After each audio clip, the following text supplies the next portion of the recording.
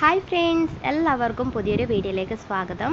നമ്മുടെ റോസ് ചെടിയിൽ നല്ലവണ്ണം തളിർപ്പുകൾ വരാനും നല്ല ഫ്ലവറിങ് തരാനും വേണ്ടിയിട്ട് ഒരു ടിപ്പ് ഞാൻ പറഞ്ഞു തരാം. അപ്പോൾ ഈ ഒരു കാര്യം വളരെ ഇമ്പോർട്ടൻ്റ് ആയിട്ടുള്ളതാണ്.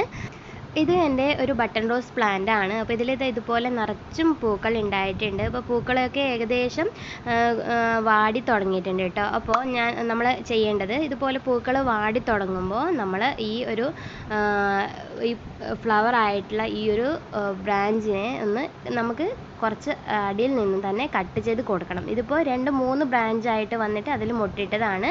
അപ്പോൾ ഞാനൊരു കത്രിക വെച്ചിട്ട് ഇതുപോലെ ഒന്ന് കട്ട് ചെയ്ത് കൊടുക്കുകയാണ് കേട്ടോ. അപ്പോൾ അത് ഫ്ലവറിൻ്റെ വെയിറ്റ് താങ്ങാനാവാണ്ട് അത് കുറച്ചൊന്ന് താഴത്തേക്ക് വളഞ്ഞിട്ടുണ്ടായിരുന്നു. ഇപ്പോൾ നമ്മൾ കട്ട് ചെയ്ത് കൊടുത്തപ്പോൾ ശരിയായിട്ടുണ്ട് കേട്ടോ. അപ്പോൾ ഞാൻ ഇതുപോലെ കട്ട് ചെയ്ത് കൊടുത്ത ഇവിടെ ഇതുപോലെ തളിർപ്പുകൾ വരുന്നുണ്ട്. തളിർപ്പുകൾ വന്നതിന് ശേഷം നമുക്ക് ഒരുപാട് പൂക്കൾ കിട്ടും കേട്ടോ.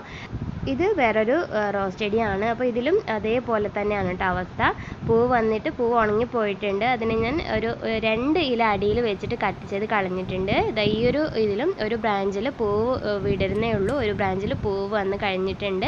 അതിൻ്റെ 2 ഇല താഴെ വെച്ചിട്ട് ഞാനിപ്പോൾ കട്ട് ചെയ്ത് കൊടുത്തിട്ടുണ്ട്. നമ്മൾ എല്ലാ റോസ് ചെടികളിലും ഇങ്ങനെ ചെയ്യണം കേട്ടോ.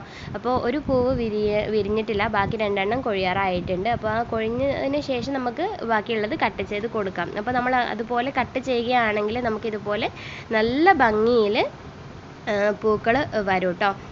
ഏത് മുരടിച്ച ചെടിയിലും നമുക്ക് നന്നായിട്ട് ഇതുപോലെ പൂക്കൾ ഉണ്ടാവാൻ വേണ്ടിയിട്ട് പ്രൂണിങ് ചെയ്ത് കൊടുക്കേണ്ടത് അത്യാവശ്യമാണ്. പിന്നെ അതിനാവശ്യമായിട്ടുള്ള വളങ്ങൾ ഇട്ട് കൊടുക്കണം.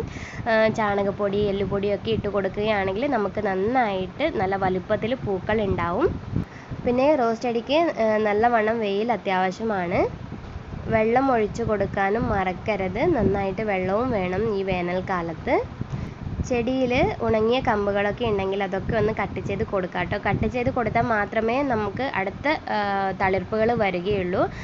അത് ചെടിയിൽ തന്നെ അങ്ങനെ വയ്ക്കുകയാണെങ്കിൽ നമ്മൾ ചെടി മൊത്തമായിട്ട് നശിച്ചു പോകാനുള്ള ചാൻസ് ഉണ്ട്. ബഡ് ചെയ്ത ചെടിയിലാണ് കേട്ടോ ഞാനീ പറഞ്ഞത്. എല്ലാതരം റോസ് ചെടികളിലും പ്രൂണിങ് അത്യാവശ്യമാണ്. എങ്കിൽ മാത്രമേ നന്നായിട്ട് നമുക്ക് ഫ്ലവറിങ് കിട്ടുകയുള്ളൂ. പ്രൂണിങ് ചെയ്തതിന് ശേഷം വളം നിർബന്ധമായിട്ട് ഇട്ട് കൊടുക്കുക. ഒരുപാടൊന്നും വേണ്ട. ഒരിത്തിരി ചാണകപ്പൊടിയോ എല്ലുപൊടിയോ ഇട്ട് കൊടുത്താൽ നമുക്ക് നല്ല ഫ്ലവറിങ് കിട്ടും.